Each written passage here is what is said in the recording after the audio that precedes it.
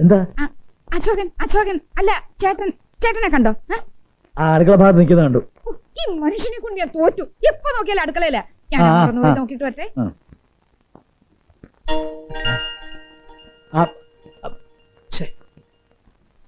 ഒന്ന് തന്നെ. ഇത് എന്റെ തലയിലിരുന്ന് പോവാണല്ലോ. സാറിന് ഇതെങ്ങനെ കിട്ടി? താഴെ വീണു. ഇതൊക്കെ ഇവിടെ വലിയ വിലയാ.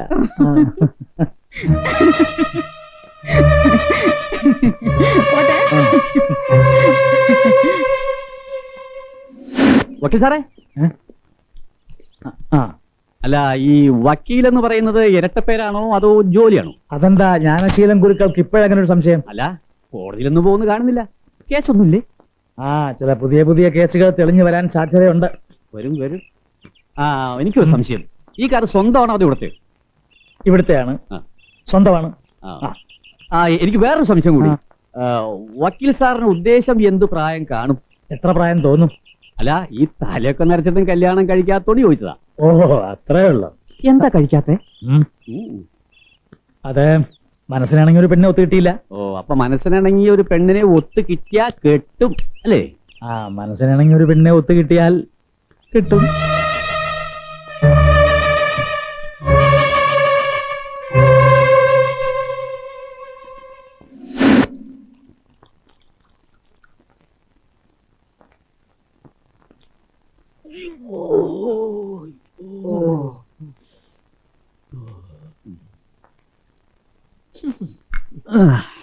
വിശ്വസിച്ചിടാം മൃഗത്തിന്, പാടില്ല വിഭ്രമമേകും ഈ സ്ത്രീയാം മൃഗത്തിന്. ലാലിച്ച, ജീവിതം വെറും മായാടാ മായ. അതുകൊണ്ട് നീയും അടി. ഒരിക്കൽ അടുപ്പിച്ചത് കാരണം ചക്കാട്ടി തൃപ്തിയായി. ഇനി മദ്യമായിട്ടുള്ള ഒരു ബന്ധം എനിക്ക് വേണ്ട. ബന്ധങ്ങൾക്കൊന്നും ഇവിടെ ഒരു വിലയില്ലടാ. എല്ലാം വെറും മായ. ഇന്ന് സ്വന്തം എന്ന് തോന്നുന്നു, നാളെ സ്വന്തം അല്ലാതെയാവും എന്ന് ഗീത പറഞ്ഞിട്ടുണ്ട്. സിനിമ നടി ഗീതേ? ഭഗവത്ഗീത. നമ്മുടെ ഈ ശരീരം ലാലിച്ച വെറും ശരീരം. ആത്മാവാണ് സ്വന്തം. ആത്മാവിനെയാണ് നമ്മൾ സ്നേഹിക്കുന്നത്. ചേട്ടാ, എന്ത് പറ്റി? ഇതെന്താ സാധനം? കട്ടപട്ട പണ്ടിപ്പട്ടെ. ഒരു കുന്നിനൊരു കുഴി, ഒരു രാത്രിക്ക് ഒരു പകൽ. മായ, എല്ലാവരും മായ. മനസ്സിനാണെങ്കിൽ പെണ്ണിനെ ഒത്തുകിട്ടിയ കെട്ടും. ഒരു ഭാര്യമാരും വിശ്വസിക്കരുത്. ലാലിച്ച, എന്തോ ഞാനൊരു കൊലപാതകയാവും. ചേട്ടന്റെ കട്ടയും പടവും മടങ്ങി എന്നാണ് തോന്നുന്നത്. ഇനി ഇവിടെ ഇരിക്കണ ശരിയല്ല. வணக்கம். வணக்கம். ஆரா கவுண்டர்னார் வீட்டுக்கு புது சொந்தம் கொண்டாட கேரளாவில இருந்து வந்திருக்கதா கேள்விப்பட்டேன். அதான் கொஞ்சம் பார்த்துட்டு போலான்னு வந்தேன். ഇരിക്കി. നിങ്ങളൊക്കെ ആരാ മനസ്സിലായില്ല? என்ன தெரியல? முறை பொண்ண கல்யாணம் செய்ய வந்தியே, அப்ப என்ன தெரிஞ்சுக்கணுமே. பரவாயில்ல, நான் சொல்றேன்.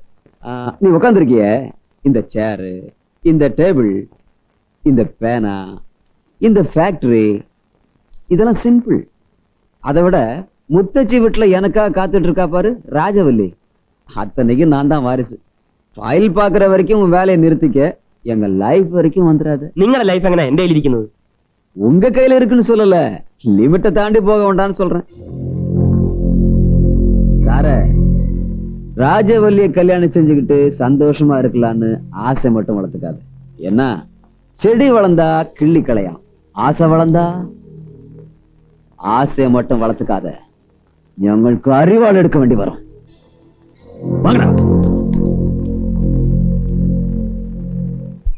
രാജവല്ലിയുടെ അമ്മയുള്ള കാലത്തും അയാൾ ഇതും പറഞ്ഞ് ഇവിടെ വരുമായിരുന്നു.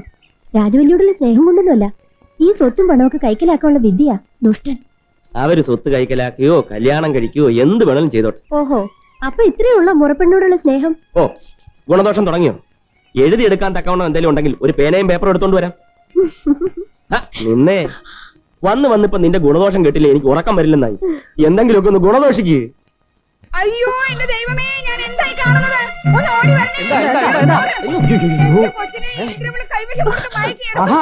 ഇവിടെ ഇങ്ങനെയും ചെയ്ത് നടക്കുന്നുണ്ടല്ലേ? എടീ നിന്നെ എനിക്കിത് പണ്ടേ സംശയമുള്ളതാ.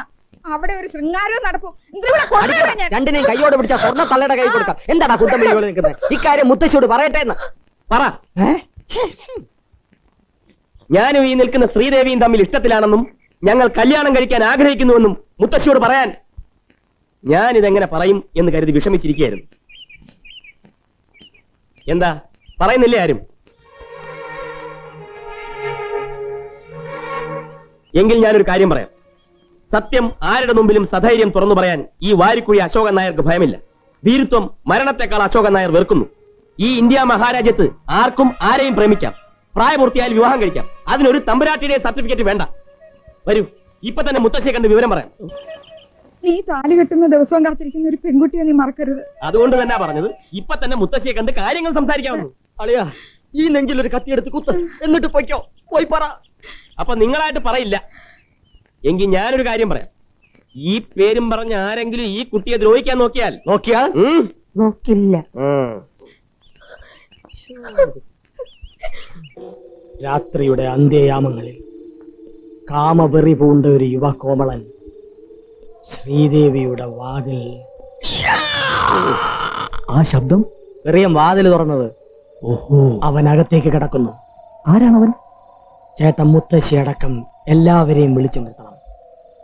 വിഷയാസക്തനായ യുവാവിനെ പിടികൂടാനല്ല, അവരെങ്ങനെങ്കിലും രക്ഷപ്പെടും. എന്നും അവനിവിടെ വരാറുണ്ടെന്നും ശ്രീദേവി ജാരസംസർഗമുള്ളവളാണെന്നും പിഴച്ചവളാണെന്നും മുത്തശ്ശിയെ ധരിപ്പിക്കണം. ആ നിമിഷം അവളെ പാഴ്സൽ ചെയ്യും. ആ ജാരൻ ആരാണെന്ന് പറഞ്ഞില്ലല്ലോ. വക്കീലായിരിക്കും അല്ലേ?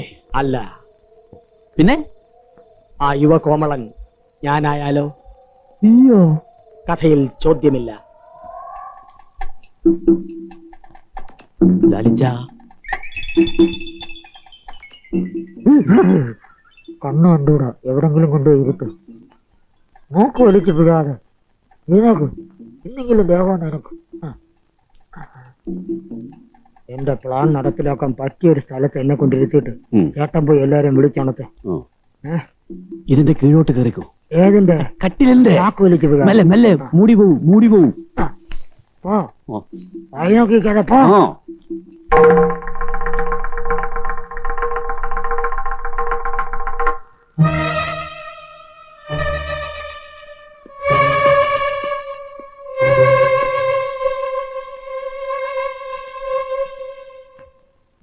പെണ്ണിനെ കാണുന്നില്ലല്ലോ.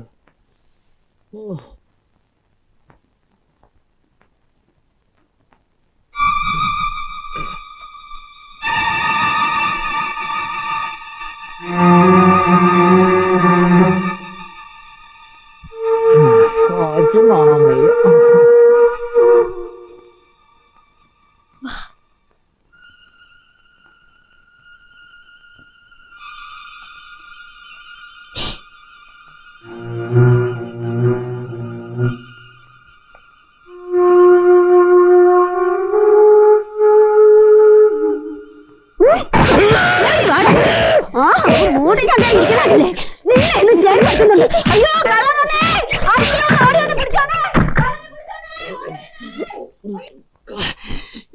ഈ പ്ലാനും പൊട്ടി.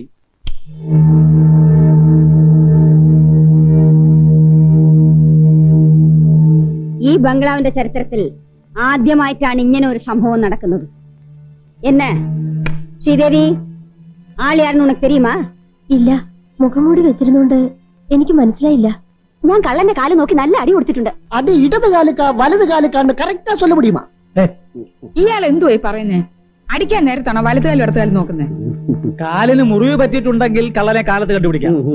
ഏതായാലും ബംഗ്ലാവിന് പുറത്തുള്ള ആരുമാകാൻ വഴിയില്ല.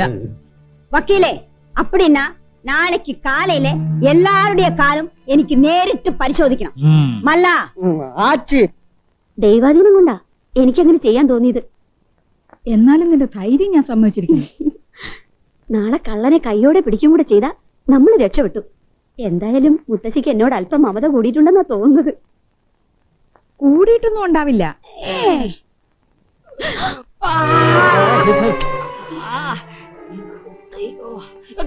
വിടില്ല.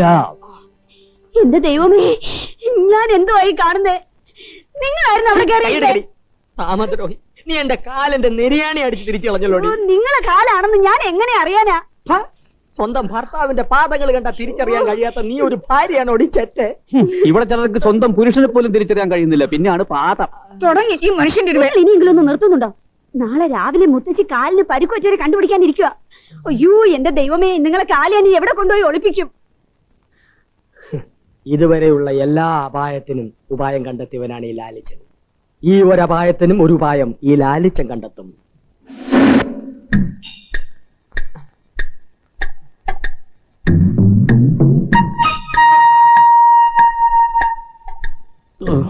ലാലിച്ച, നിന്റെ കാലിന് വേദനയുണ്ടോ? തല വേദനിക്കുന്നു.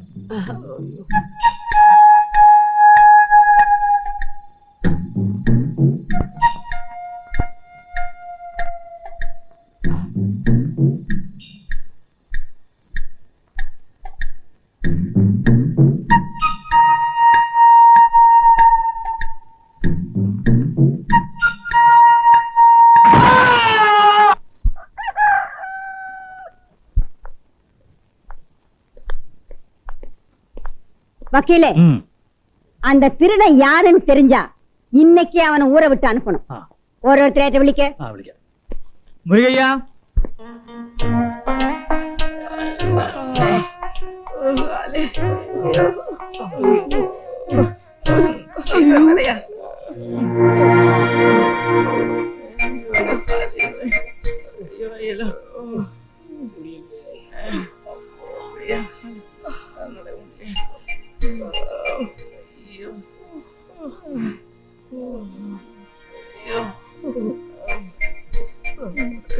നമസ്കാരം. നമസ്കാരം.